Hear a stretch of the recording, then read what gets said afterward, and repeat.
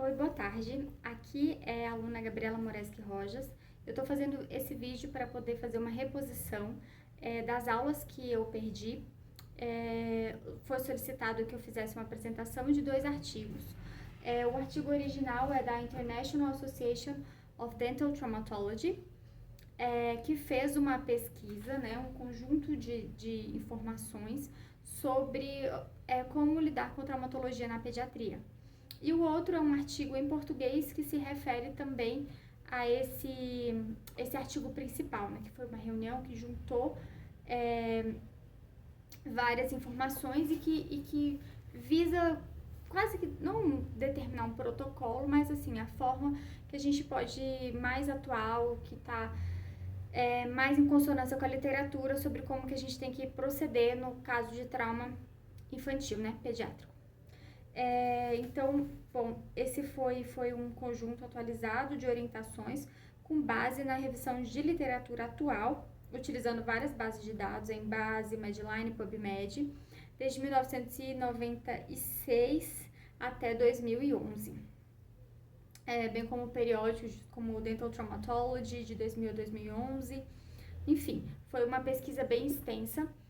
E eles conseguiram estabelecer essas bases de como que a gente tem que agir no caso de trauma infantil pediátrico. As diretrizes foram divididas mais ou menos em 3 partes. A parte 1 seriam fraturas e luxações dos dentes permanentes, avulsões de dentes permanentes e 3 lesões de dentição decídua. E como lidar com isso, né? Principalmente com crianças que estão naquela fase de transição, tem as 2 dentaduras, enfim. O manejo dos dentes permanentes para os dentes tecidos é muito diferente, difere assim, significativamente. E muitas vezes, antigamente, o protocolo era sempre extração, mas hoje em dia há uma odontologia mais no intuito de preservar o dente, vem buscar essa coisa de você interferir de maneira a deixar a estrutura dentária o máximo que você puder, mesmo em questão de quando há trauma. O manejo, ele é uma coisa muito importante. O manejo das crianças na pediatria como um todo, ele é uma questão. Inclusive, a gente teve aulas e uma parte específica só para lidar com isso, por isso eu não vou adentrar muito nesse assunto. Mas é importante que o dentista esteja preparado, porque a criança vai vir com dor, às vezes com experiências traumáticas prévias ou alguma coisa ou outra. E a maneira como o dentista vai levar esse procedimento com a criança é muito importante. Então, nunca pode se esquecer, em casos de trauma, de que o manejo é central para poder fazer o tratamento, né?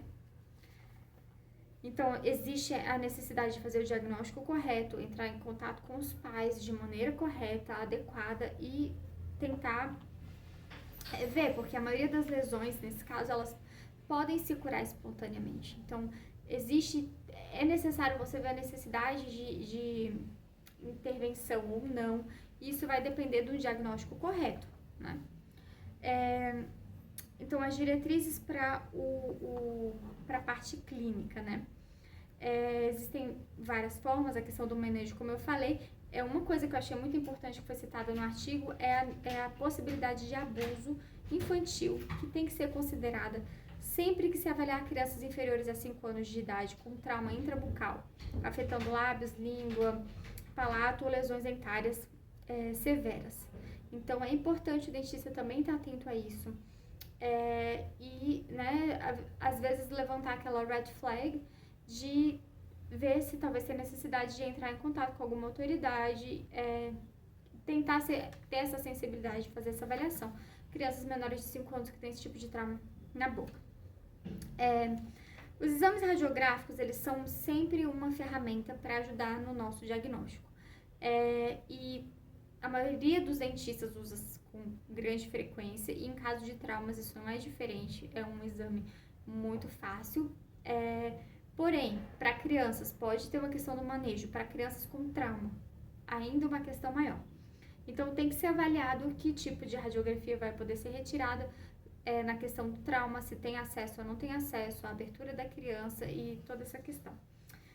As radiografias que normalmente a gente utiliza são a periapical, com o centro do feixe de raio-x incidindo na angulação horizontal perpendicular ao dente em questão, obviamente com filme pediátrico. A radiografia oclusal ou a radiografia lateral extrabucal. Também ela ajuda muito em questões de trauma e é uma que às vezes as pessoas não se atentam de utilizar. Como eu falei para vocês, a questão da contenção é sempre uma questão quando se trata de pediatria.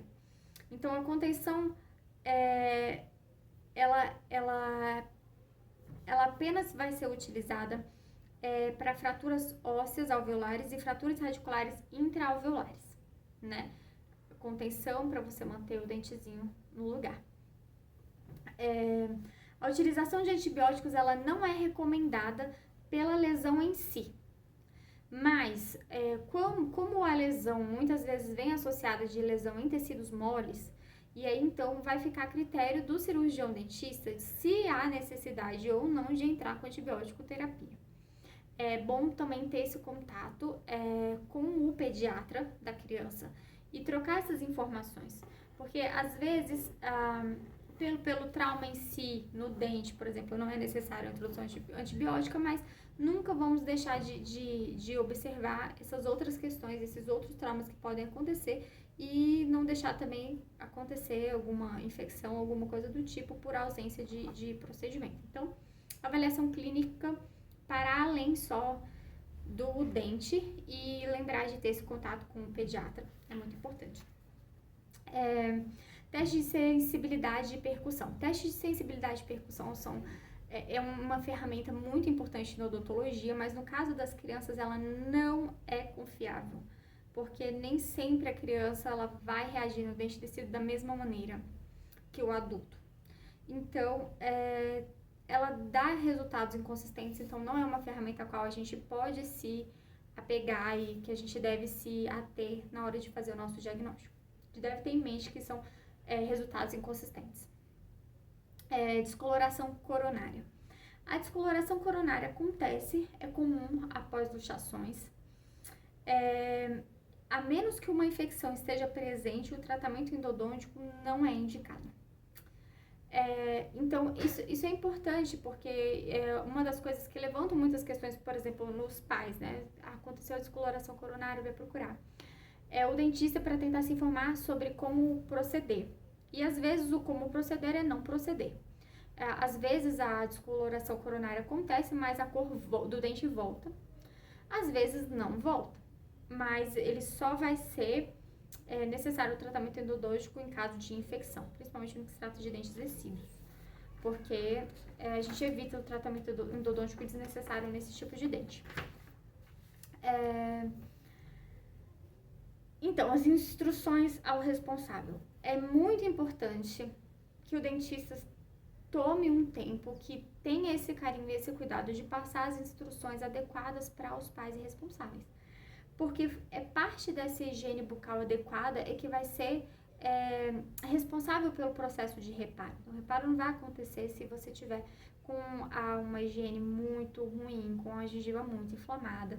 Então, mesmo com o trauma, é importante que seja mantida a higiene. Então, você tem que fazer essa orientação para os pais, com uma escovação dentária, com uma escova macia, com a aplicação de gluconato de clorexidina a 0,1%, com compressinhas de algodão 2 vezes por dia, por 1 semana, para poder manter a região limpa, evitando o acúmulo de biofilma.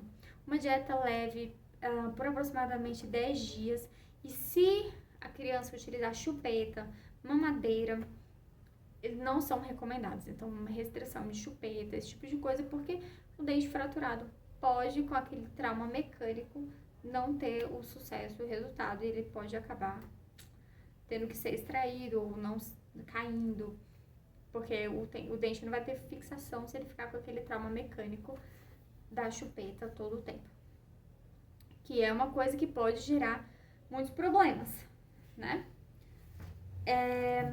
Bom, outra coisa, no artigo eles fazem uma tabela, que é uma tabela excelente de referência para quem tem que tratar desse tipo de caso para você poder se referir a ela e consultar quando for necessário, porque eles fazem uma divisão muito interessante, que eles colocam uma coluna com o nome do tipo de lesão, fratura de esmalte dentina, fratura coronária com exposição pulpar. Cada caso, quais são os achados clínicos envolvidos, que te ajudam na hora do diagnóstico. Por exemplo, a fratura de esmalte tem a fratura envolvendo apenas o esmalte. Na fratura de esmalte dentina, fratura envolvendo esmalte e dentina sem exposição pulpar. Sim, parece lógico, mas nem sempre, porque às vezes tem algumas que uma entra no território da outra. A fratura envolvendo de esmalte, que envolve esmalte e dentina com exposição pulpar, vai ser a fratura coronária com exposição pulpar. E daí a gente tem os achados radiográficos.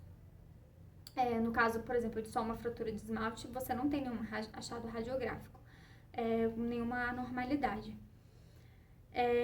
Também no caso da esmalte com dentina você não tem, e assim por diante, é o que você espera para cada situação dessa.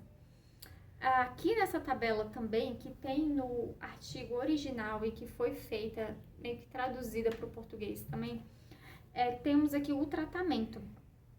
Por exemplo, no caso da fratura de esmalte, o alisamento das bordas afiadas, que é muito importante, né? Não é só porque foi uma fratura em esmalte que você tem que deixar da maneira que tá, né? Você pode alisar as bordas afiadas para você deixar aquela superfície que não vai estar retendo biofilme nem machucando a criança. Lembrando que a criança pode estar com dor, pode estar traumatizada, então vamos sempre tendo em mente que é importante evitar tratamentos desnecessários. Existe também aqui o acompanhamento, que por quantas semanas, de 3 a 4 semanas em questão de fratura de esmalte dentina e assim por diante.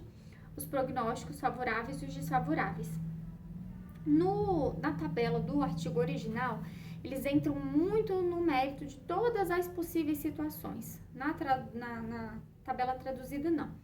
Mas é uma tabela que serve para consulta do cirurgião dentista, que, na minha opinião, devia ter em todos os consultórios odontológicos, porque tem coisas que você sabe de coração e tem coisas que são mais complexas. Por exemplo, uma subluxação, uma concussão, uma luxação extrusiva, que tem o aumento do espaço do ligamento periodontal apical. Então, como que você vai agir nessa questão?